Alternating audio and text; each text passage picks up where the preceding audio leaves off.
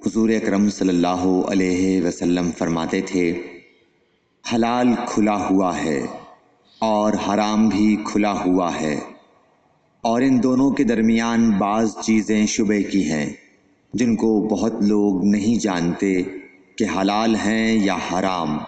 پھر جو کوئی شبے کی چیزوں سے بھی بچ گیا اس نے اپنے دین اور عزت کو بچا لیا، اور جو کوئی ان شبے کی چیزوں میں پڑ گیا اس کی مثال اس چرواہے کی ہے جو شاہی محفوظ چراگاہ کے آس پاس اپنے جانوروں کو چرائے۔ وہ قریب ہے کہ کبھی اس چراگاہ کے اندر گھس جائے اور شاہی مجرم قرار پائے۔ سن لو، ہر بادشاہ کی ایک چراگاہ ہوتی ہے، اللہ کی چراگاہ اس کی زمین پر حرام چیزیں ہیں، پس ان سے بچو۔ اور سن لو، بدن میں ایک گوشت کا ٹکڑا ہے، جب وہ درست ہوگا سارا بدن درست ہوگا، اور جہاں بگڑا سارا بدن بگڑ گیا۔ سن لو، وہ ٹکڑا آدمی کا دل ہے۔